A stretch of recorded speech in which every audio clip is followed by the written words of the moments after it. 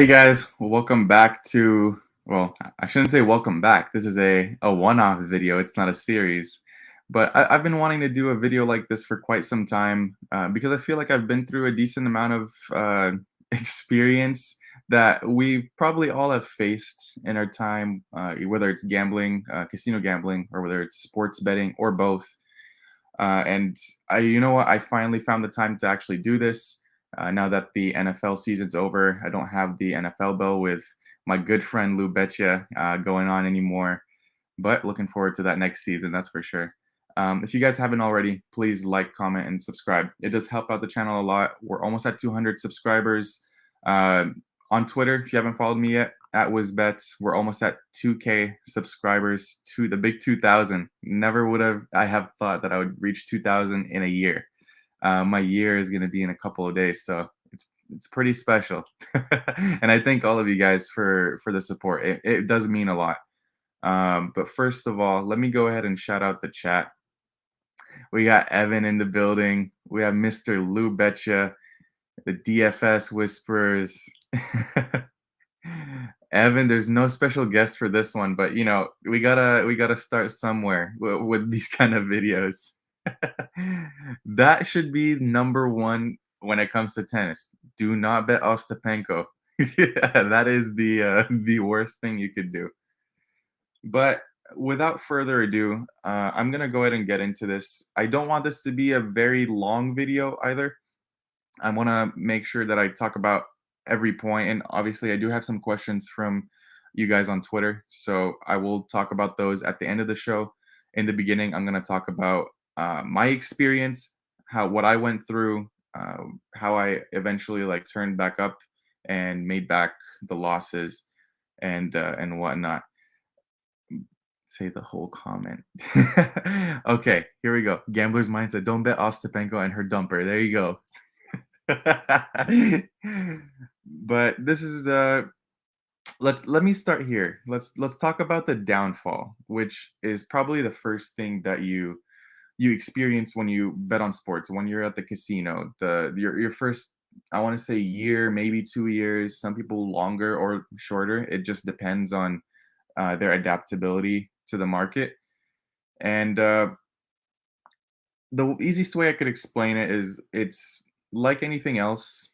For example, like stock trading, there's a cost to tuition, there's a cost to learning, and there's a cost to actually being involved in these markets. Every market has a cost, and that cost is you, whether it's losing money, whether paying for someone to teach you before you even start, or anything of that sort, whether you buy a course. There's a cost to tuition, there's a cost to learning this stuff. And what I mean by that is when you first start sports betting or when you first start gambling, you're not going to be the best gambler right off the bat. You're not going to be the cream of the crop. You're not going to make as much money as you've ever imagined when you first start off without any proper learning from anyone or from a course or just through experience. All of that is what shapes you up. And there's a saying, or not a saying, but there's the thought of it really takes deep pockets to make it in this kind of business. It really is true. If you're betting with a bigger size to start off, I always recommend not to even bet when you first start off gambling. The reason why I say this is you're going to lose a decent amount of money. You're going to lose not just one bankroll. Some people lose multiple bankrolls. I personally have lost multiple bankrolls when I first started. For me, my experience is when I started, I went down multiple bankrolls, and it put me in a really bad and challenging spot mentally. I didn't know if I could actually do this thing, if I could actually make it out and find a way to bet successfully, just because of the fear from from the first year. I want to say the first year really put me in a bad mental state where I didn't know if I'd be able to make the money back. I was young. I still am young, but when I was young, when I first started at like 20, 21, I was really scared. I honestly didn't know what to do. I didn't have that much money. Like I worked for my own, one, two jobs, whatever it was. And losing that kind of money was pretty significant because I live on my own with my brothers. So I stopped for a period of time, like just under a year, I want to say it was. And I took some time off, obviously. I took a couple of months, I want to say 3 or 4 months off. And then I went into actually learning and understanding how these markets work and how to actually like research these bets, how to track them, um, what's classified as a good bet versus a bad bet, value, like learning all of the terms involved with betting because I wasn't connected to like the Twitter space as I am right now. It was pretty much just me and a couple of friends placing bets that we thought were cool, like squad ride and whatnot, using those terms like hyping each other up for a bet and just going all not all in, but like all of us going into the same bet together. Pretty much, it's kind of like a ride or die situation, and that quickly kind of proved itself to be pretty bad because we all lost. They weren't the most informed bets. And when you're not placing informed bets consistently, yeah, you might win a couple in a row. You might win a week in a row and feel like you're on top of the world, but then you lose 3, 4 weeks in a row. And that's not fun. That's where you really start questioning yourself and questioning why you're even doing this in the first place. So for me, you kind of at least have to have a general knowledge of the sport or the sports that you're trying to bet on to at least successfully make money. And what I mean by that is like if you're trying to bet on basketball, you want to at least know the teams, you want to know the players that are playing on a daily basis. You want to know what your injury reports are for each team, who's home, who's away, just the general stuff, because that's what's going to help you identify opportunities, whether there's an injured player, if a team is on like a disadvantageous rest spot, like a back to back or a third game in 4 nights, 5 game in 7. Something like that really goes a long way, and identifying those methods will help out just because it allows you to pick and choose your spots correctly. And then besides that, one thing that I see a lot of people doing that makes them lose money, even more money than they were in the first place, is when they lose a bet, they try to chase, they try to revenge bet to make that money back, and that usually never works out. It'll work out maybe 20, 25% of the time, but long term it's a losing strategy. It's mainly the emotion. Like imagine yourself losing a bet when you first started. You felt that rage, you felt that sadness. It's a combination of both, and you can't fathom that you just lost that money. And especially if it was like a really close loss, like say your team lost by 1 point, you're gonna want to go in there and find out, okay, what else can I bet on to make this back? I have to make it back. That was like BS. I wasn't supposed to lose that bet. And what that's gonna do is it's gonna compile losses and it's gonna compile emotions. So say you bet 1 unit on that first initial bet and you lost it. You would go ahead and try to revenge wager another 1 unit just to even out. Say that loses, you're gonna try and revenge wager 2 units, and now you're doubling up to try and cancel out, and then it compiles.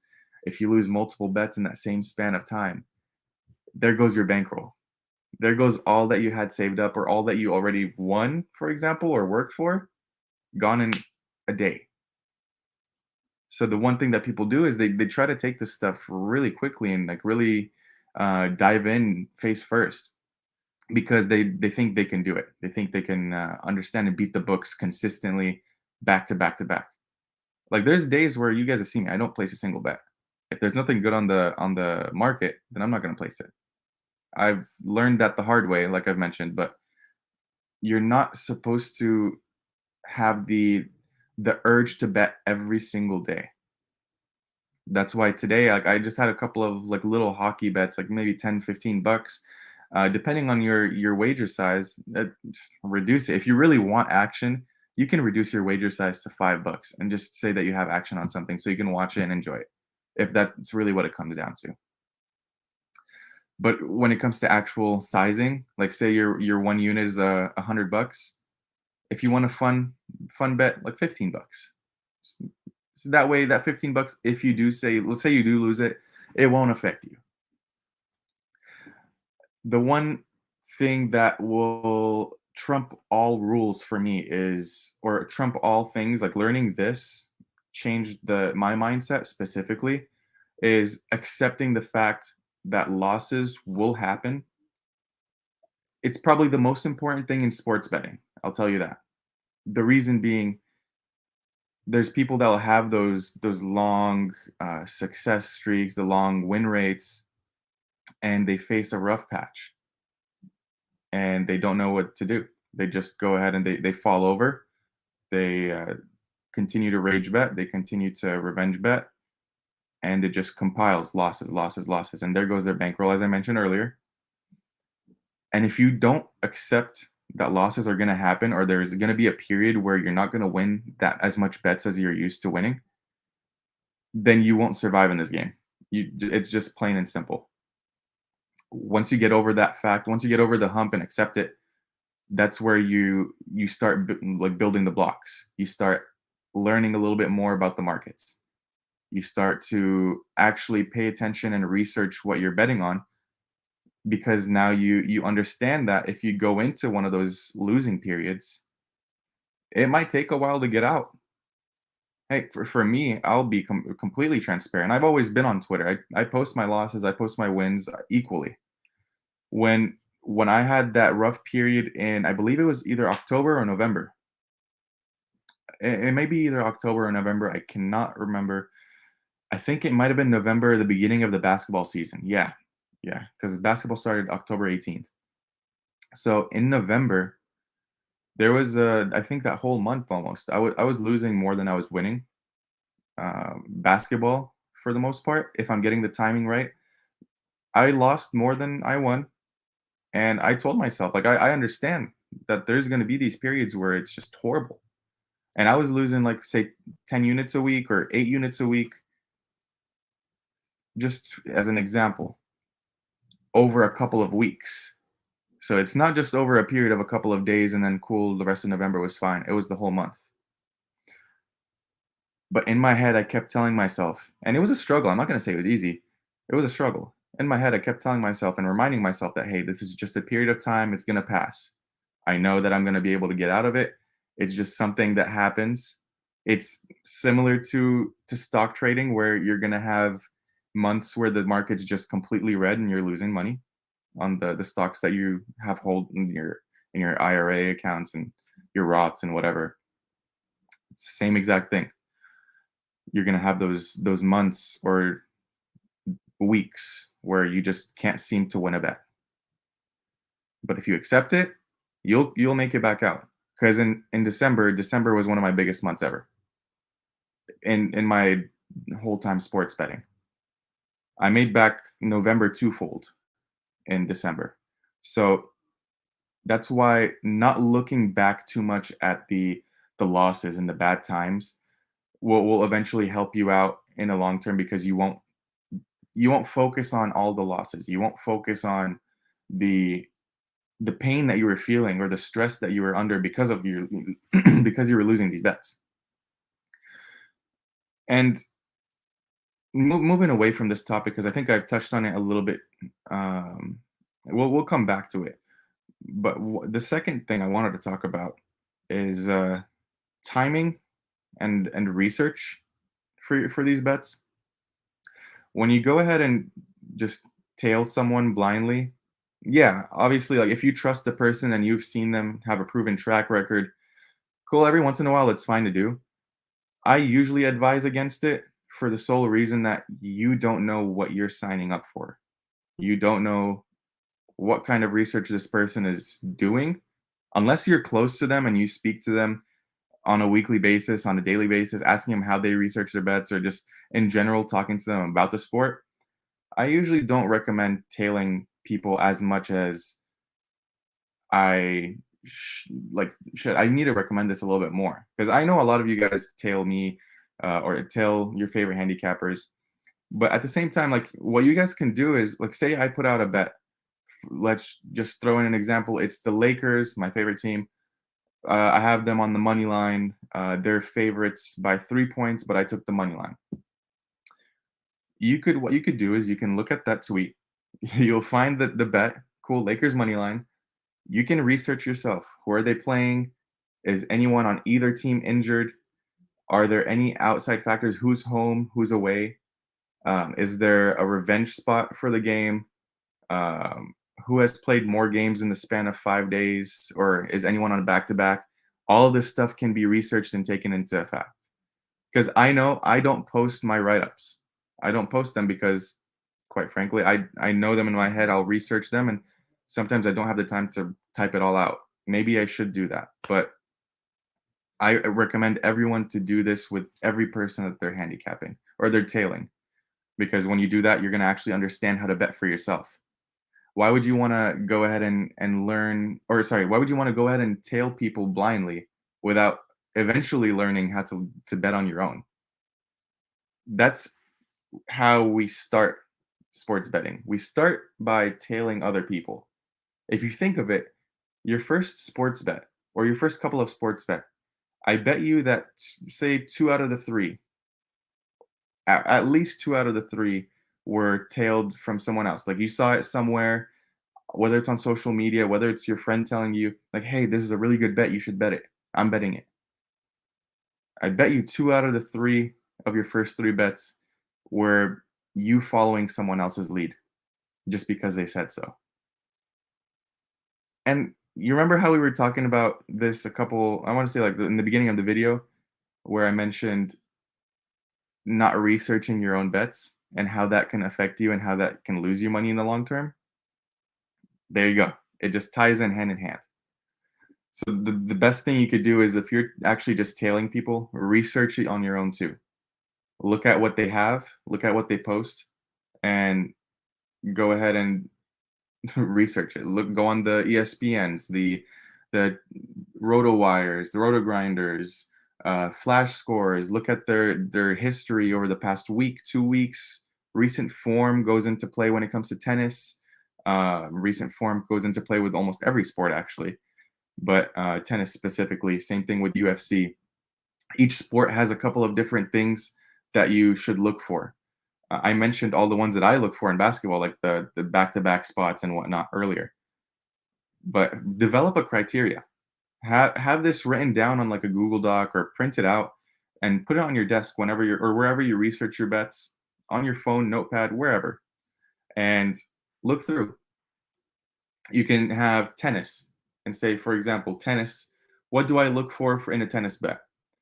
For me, I look at their past three matches and if they were on the same surface. B, I look at the surface that they're playing on for this game that I'm looking at, whether it's a hard court, indoor court, clay court, etc. And then I look at head-to-head matchups. Have these two tennis players have they faced each other? And then you can go ahead and dig a little bit deeper on like ace percentage and whatnot, but develop a criteria for every single sport. And I guarantee you, you will start winning a little bit more than you used to.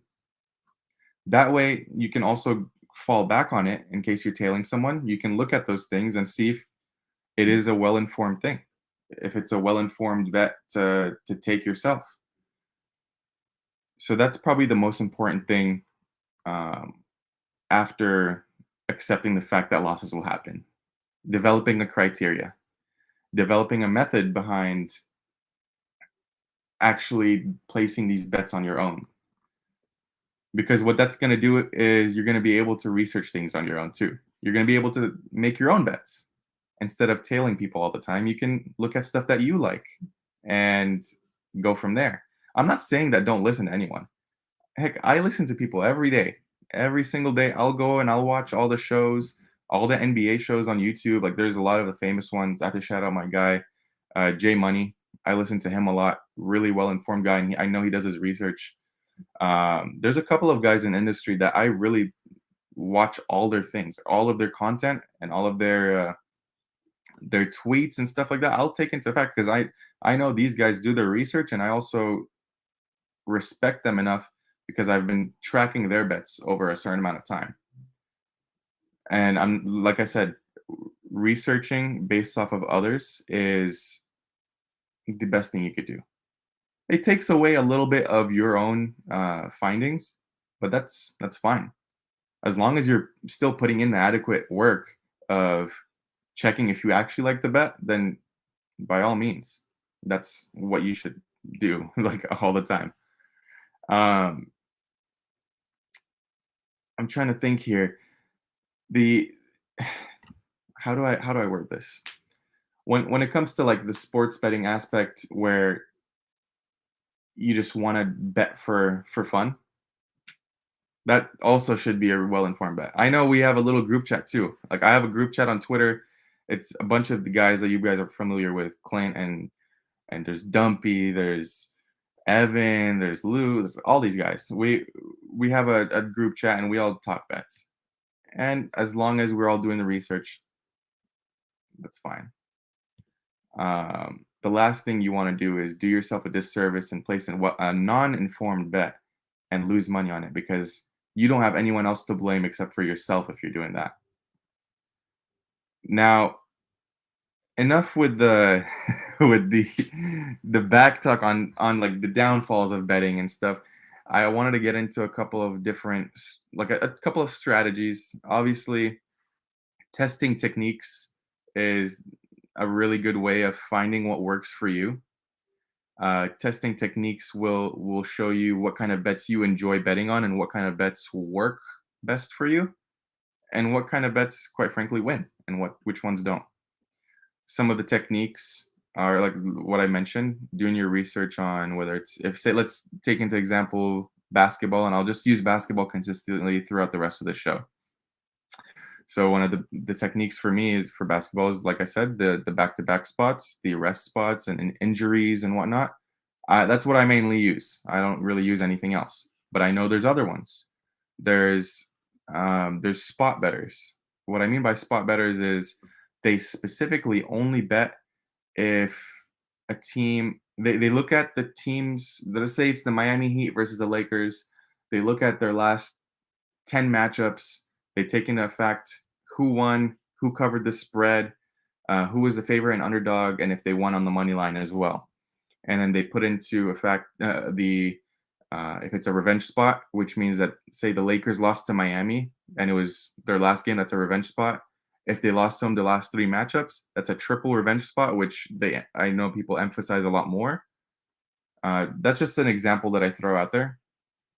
It's a strategy that a lot of people in the industry use, and they compare it to the spread numbers, and they check the spread numbers year over year if they've played each other each and every year. So they say, okay, the last time these two teams played, the Lakers were favored by 6 points. They won by 7, so it was a sharp number. But now the number's all the way down to Lakers only being favored by 2. Then you can say, okay, wait, there's something fishy going on. If there's no injuries and it's pretty much the same exact team, why are the Lakers down to -2? So most people would tend to take the underdog in that situation. That's a really profitable way of sports betting as well. I know you can look more about it if you search against the spread betting, or just search ATS spreading. Oh man, I couldn't speak there for a second. ATS betting, NBA betting, and you'll find that strategy. Um, Another thing that really matters in this game is the actual desire to beat the books, and that might come off as funny, but you actually want to have to beat the books. You want to get the best number possible. You want to research multiple bookmakers, whether it's DraftKings, FanDuel, offshores, BetOnline, Bovada, and try to find the best number when it comes to the bet that you're trying to place. Because if you can get a better number, then always go to that book. I always recommend diversifying and having multiple books. Reason being is if one book has, and this happened to me yesterday. Unfortunately, I'm in California. I can't get the DraftKings and the BetMGMs and whatnot. I can't get those apps, so I rely heavily on offshores. And we're speaking in the group chat. There was a bet that we made or that I wanted to place. It was at -140. Other people had it at -125 for the money line. And I was like, okay, well, that's just California doing me doing me dirty.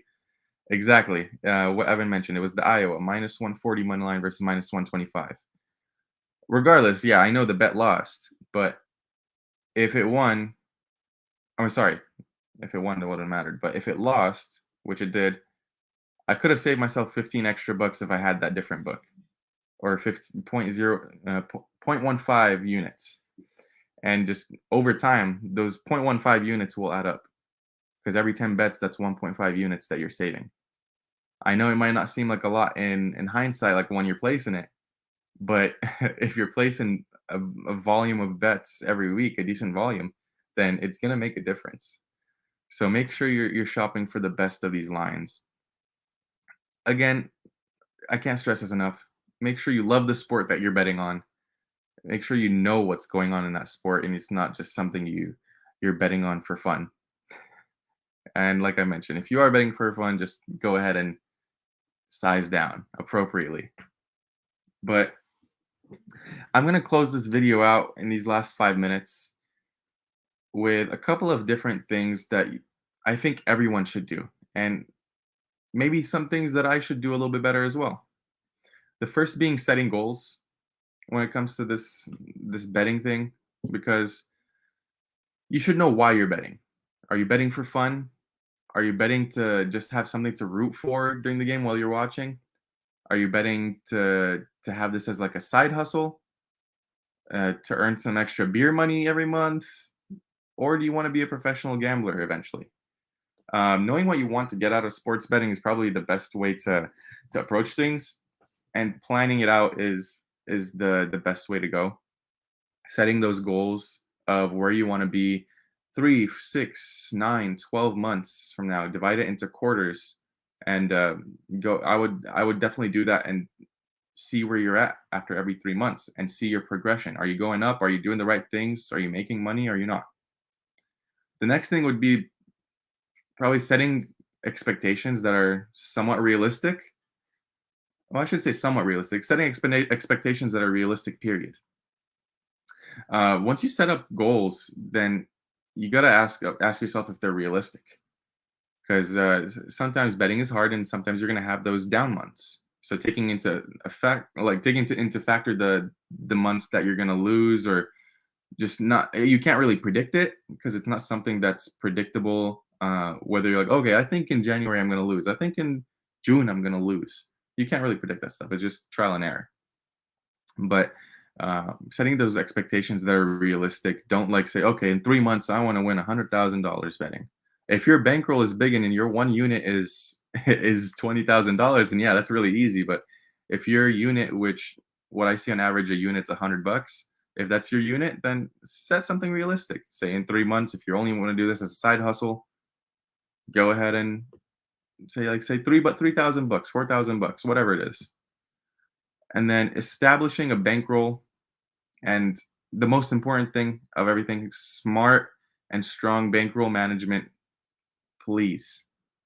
You got to understand that this bankroll that you have set aside for yourself is the only thing you have allotted to betting, just so you don't overspend if you lose, or you don't go overboard and lose your whole saving account, because no one wants to do that. Planning for this stuff is key. Set aside a certain amount of money that you're okay with losing, and if you do lose it, cool, it happens. Then you just have to find a way to save a little bit more if you do want to continue doing this, and start again with smart bankroll management. That's one thing that I see a lot of people struggling with in the beginning. Again, shop for the best lines. And I mean, I feel like timing is pretty important as well. Timing these bets. Like there's a period of time. I do this a lot whenever I'm watching NBA injuries. Once I see that injury report, I'm like, okay, I have to instantly get the bet that I want, because it usually moves pretty quickly. You have like about a minute, if that, to lock in a bet. And Evan has seen that a lot, where I send a bet in the chat. I'm like, hey, this line is about to move. This guy just got ruled out. Lock it in as soon as possible. Um, don't be afraid to bet underdogs. That's another thing. It's not the scariest thing in the world to bet an underdog. I used to think so. I used to think, oh, underdogs are automatically going to be a loser. No, that's not true. And lastly, prioritize your mental health, please. Don't Don't stress yourself out over a sports bet losing if it's just one bet. If you're really stressing about a single bet, then you know you oversized. You know you put a little bit too much on that bet. And I've done that quite a bit in the past. So learn from me, learn from Wiz. Don't over leverage yourself and over leverage your bankroll. You will put yourself into very stressful situations where you're just not going to be able to control yourself. You're going to be very nervous. You're going to be shaking while watching the game, and your heart's going to be beating so fast. This is all meant to be fun. It's all meant to be for the enjoyment of watching a game while having some money on it in an informed way. That's all I have for my type of content, my like piece here. That's what I wanted to get off my chest. Looking at some of the replies I got to the tweet, uh, let's see. I'm interested in every capper's thought process allows me to help. Oh man, it allows me to see what goes on in the decision making, to place bets for others, and helps me tighten up my processes. Yeah, we went over stuff like that. Um, Someone asked me about learning what are smart bets and what are bad bets. I did kind of go over that. A smart bet is something that's well informed, something you've researched, and something that you're not just blindly tailing someone off of. I think that's what I would classify as smart bet. Do your own research, find your spots, and dedicate it to your process. That's what I would consider a smart bet. And a lot of people just mentioned that they wanted to hear like out loud like how I process bets and how I go through my process, and I've talked about that. So I think those questions are covered. Actually, I didn't even realize I covered all the questions without even looking at them. So that's cool. If you guys in the chat have any questions, feel free to post them. Type a comment, and I'll get to them right now. Sorry, I haven't been looking at the chat at all, but this is what I'm gonna do. I'm gonna go down the chat right now and answer each of you guys. Um, I believe Evan was talking about when you this is the revenge betting. I think this is when I was talking about revenge betting. So yeah, you begin to force bets and chase them blindly, or you increase your unit size rapidly and lose more at once. Exactly. That's why revenge betting is the worst. Um, let's see. DFS whispers, yeah, serve percentages, especially if you're looking for people that hit a lot of aces. That is key. And then serve percentages, just how the overall percentage of them hitting that first serve is huge when it comes to tennis, because we all know when that second serve is a lot slower and it can be taken advantage of. So that's something that I look for in tennis as well. So I'm glad you're doing the same there too. Makes me feel a little bit better. Let's see. Yeah. Leave off the last leg of the parlay. Exactly. Whenever there's like, oh, but I want to have one more leg in this parlay to increase value. Oh, the amount of time you lose at that just that last leg. You're gonna save yourself if you do leave it out. More often than not. Oh, oh man. This is a talk of town a week ago. I'm gonna let you guys do that. Evan already got me to it. KO minus 150. Disgrace. Disgrace. I'm about to go train right now. It's 9:30 over here, so I'm gonna go to the gym right after I end this video. Evan, you crack me up, dude. You failed to keep me silent. You always have to have me laughing, and I appreciate you, my brother. Yes, sir. Mental health is the best thing. It's the biggest thing when it comes to this game. Without a good, solid head on your shoulders, you're gonna struggle. I appreciate the support, and I would place that bet myself. I'd put my whole purse on it. Random casual join late. Any easy bets for starting and learning, like team to win, over unders? Here's the thing. There isn't a thing called an easy bet, because if there was something called an easy bet, then I think everyone would just take the easy bets and not bet anything else? Why would you wanna bet something that's not an easy not an easy bet? Like, I wish there was something called an easy bet. I would place it every single time. Like, even betting on these minus 500 money lines is not an easy bet because you have to place 500 bucks to win 100. It's not too easy to do, and it's not worth the risk management. So, I think an easy bet is the one you make when you're well informed, when you research the bet, and when you do your due diligence. That's what I would classify as an easy bet. Yeah, yeah. This was pretty easy. Can't lie. Hey man, I'm not one to lie about uh my shame in some of my takes, and I'm not one to hide. I do admit that I'm wrong.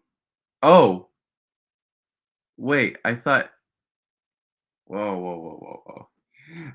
I read this wrong. I thought you this said, "Are you gonna finally admit that you were wrong about Blanchfield on the side, just like taking Andrade?" Yeah, I was definitely wrong there. I definitely overlooked her.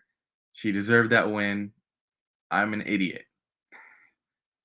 But pick her up at the bar? No, absolutely not. You won't get enough money to even like offer me to do that.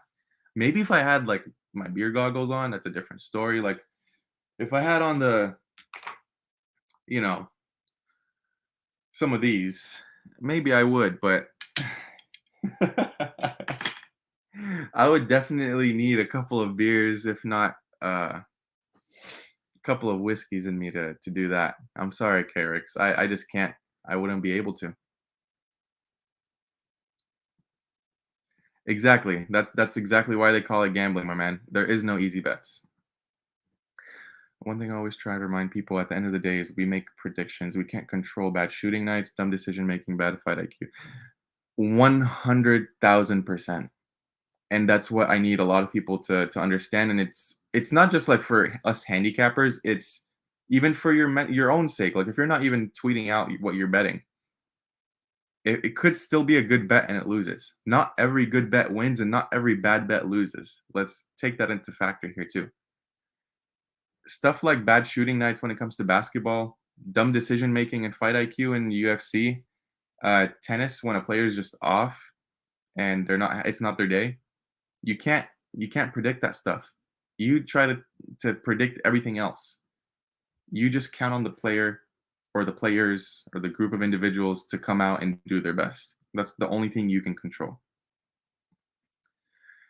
Was I went against so many core MMA betting rules, betting untried. I'm just saying to myself, you know what? So did I. I had poor risk management there, and voicing it out, writing it down, and again, this is a game where you have to constantly improve and adapt to the market.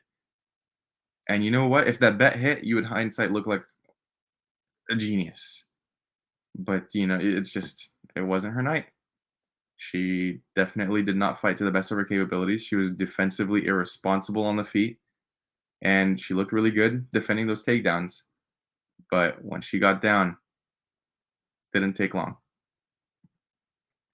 Yeah, trust your process. Keep making good plays, and the pain. Yeah, exactly. It'll swing your way. Eventually, you're gonna start winning. 100%. Stuff like this is huge. Short notice favorite plus 10-year young fighter. Yeah, it's stuff like that. You sometimes you get oblivious to the fact at times. And Evan said it as well. Feel comfortable with your bets, make your reads, and go with it.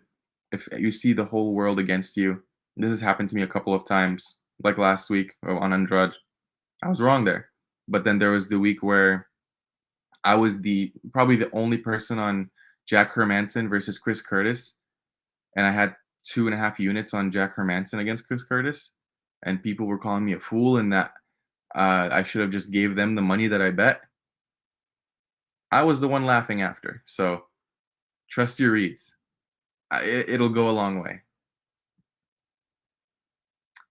Guys, I wanted to thank you all for being so interactive and for keeping this comment section going because we've been live, believe it or not, for 40 minutes. We've had a lot of comments. We have a lot of engagement, and I really appreciate it. This has definitely been one of my most successful streams, and yeah, I just appreciate the engagement and the interaction that you guys have with me on a daily basis on the stream, and just being able to be here and watching the video and supporting. If you haven't already, just like, comment, subscribe. Helps out a lot. Evan, I apologize. That's on me. That's on me. Wiz, will you be on Nadal French Open Future with me? I cannot back that man anymore, unfortunately. I just can't. Because here's the process. Very old. Yes, he arguably could be number one, number two, best of all time. Old, lacks fitness and cardio. Cannot do it. Cannot do it. He'll likely make it far, but I don't think he wins it. I don't. I haven't seen who's actually playing in that tournament, so that'll be interesting. This I can get behind. This I can definitely get behind. I love that dude.